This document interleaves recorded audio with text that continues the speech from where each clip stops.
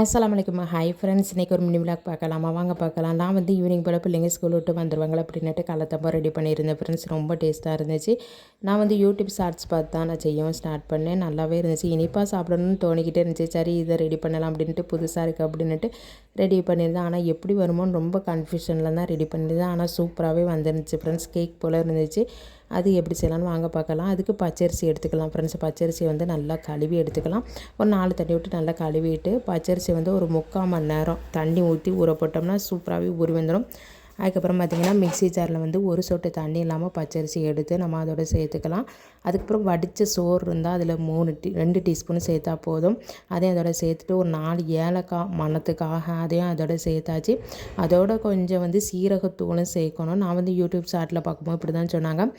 கொஞ்சம் சீரகத்தூளமாக அதோட சேர்த்தாச்சு. சேர்த்து நல்லா வந்து ஆப்பமாக வரப்போம்ல ஃப்ரெண்ட்ஸ், அதே மாதிரி அரைச்சிக்கலாம். ஆனால் ரொம்ப வந்து தண்ணியாக ஆக்க வேண்டாம்.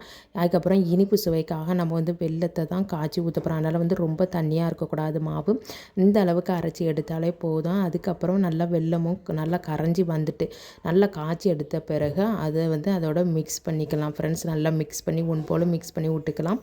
அதையும் மிக்ஸ் பண்ணி விட்டுட்டு ஒரு குக்கர் எடுத்தாச்சு. குக்கரில் வந்து தேங்காய் எண்ணெய் சேர்க்கணும்னு சொன்னாங்க. அதனால் வந்து தேங்காய் எண்ணெயும் சேர்த்துக்கிட்டேன். சேர்த்துட்டு வந்து அதில் வந்து பொடிசாக நான் வந்து தேங்காயும் நறுக்கி வச்சுருந்தேன்.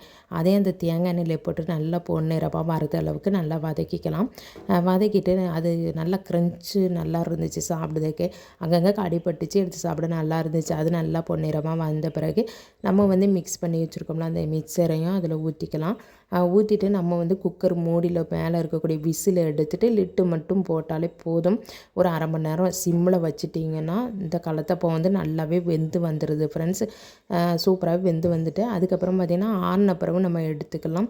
கீழெல்லாம் அடியே பிடிக்கலை, நல்லாவே வந்துருந்துச்சு.